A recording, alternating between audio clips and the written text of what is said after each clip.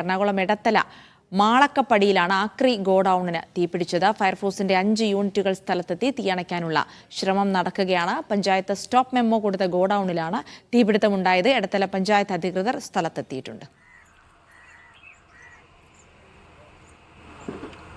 Sijo V John വിവരങ്ങൾ നൽകാനായി ചേരുന്നുണ്ട്. സിജോ, ദൃശ്യങ്ങളിൽ നിന്ന് മനസ്സിലാക്കാം വലിയൊരു തീപിടുത്തം തന്നെയാണ് അവിടെ ഉണ്ടായിരിക്കുന്നത്. വലിയ നാശനഷ്ടങ്ങളും ഉണ്ടായിട്ടുണ്ടെന്ന് മനസ്സിലാക്കുന്നുണ്ട്.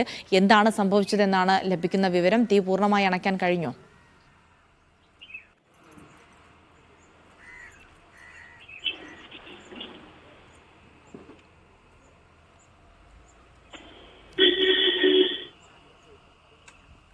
സിജോ, കേൾക്കാമോ? സിജോ, എന്താണ് നിലവിലെ അവസ്ഥ?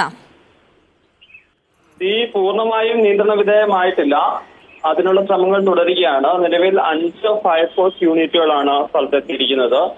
ഇനി അധികം മറ്റു ഫയർഫോഴ്സ് യൂണിറ്റുകൾ സ്ഥലത്തോട്ട് എത്തേണ്ട ആവശ്യമില്ല. പക്ഷേ ഈ ഫയർഫോഴ്സ് യൂണിറ്റുകൾ കൊണ്ട് തന്നെ ഏതാനും സമയത്തിനുള്ളിൽ തന്നെ ഇത് നിയന്ത്രണ വിധേയമാക്കാം എന്നുള്ള ഒരു വിവരം തന്നെയാണ് ലഭ്യമാവുന്നത്. എന്തായാലും 3:30 തീപിടുത്തം ഉണ്ടാകുന്നത്.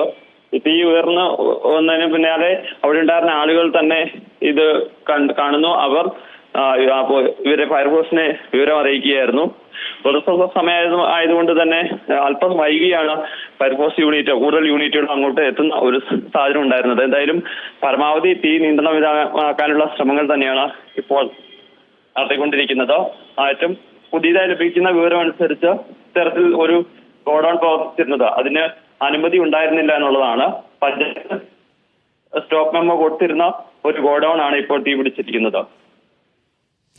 സിജോ വി ജോണാണ് വിവരങ്ങൾ നൽകിയത്. പതിവ് പല്ലവികൾ തന്നെയാണ്. അപകടമുണ്ടായി കഴിയുമ്പോഴാണ് അതിന് സ്റ്റോപ്പ് മെമ്മോ നൽകിയിരുന്നു, അനുമതി ഉണ്ടായിരുന്നില്ല തുടങ്ങിയ കാര്യങ്ങളൊക്കെ പറയുന്നത്. എന്തായാലും ഒരു ചെറിയ ഗോഡൌൺ അല്ല കത്തി നശിച്ചിരിക്കുന്നത്, വലിയ ഗോഡൌൺ ആണ്. സ്റ്റോപ്പ് മെമ്മോ നൽകിയിട്ടും അത് ഇത്രയും കാലം അവിടെ പ്രവർത്തിച്ചതൊന്നും ആരും കണ്ടില്ലേ എന്നുള്ള ചോദ്യമൊക്കെ പ്രസക്തമാണ്. പക്ഷേ അതെല്ലാ അപകടവും ഉണ്ടാകുമ്പോൾ നമ്മൾ ചോദിക്കുന്നതുമാണ്. എന്തായാലും ഇത്തവണയും വലിയ അപകടം തന്നെയാണ് ഉണ്ടായിരിക്കുന്നത്. വലിയ നാശനഷ്ടങ്ങൾ ഉണ്ടായിട്ടുണ്ട് എന്ന് തന്നെയാണ് മനസ്സിലാക്കാൻ കഴിയുന്നത്. പൂർണ്ണമായും തീയണയ്ക്കാനുള്ള ശ്രമങ്ങൾ വിജയിച്ചിട്ടില്ല. 5 ഫയർഫോഴ്സ് യൂണിറ്റുകൾ സ്ഥലത്തുണ്ട് തുടങ്ങിയ വിവരങ്ങളാണ് സിജോ വി ജോൺ പങ്കുവയ്ക്കുന്നത്.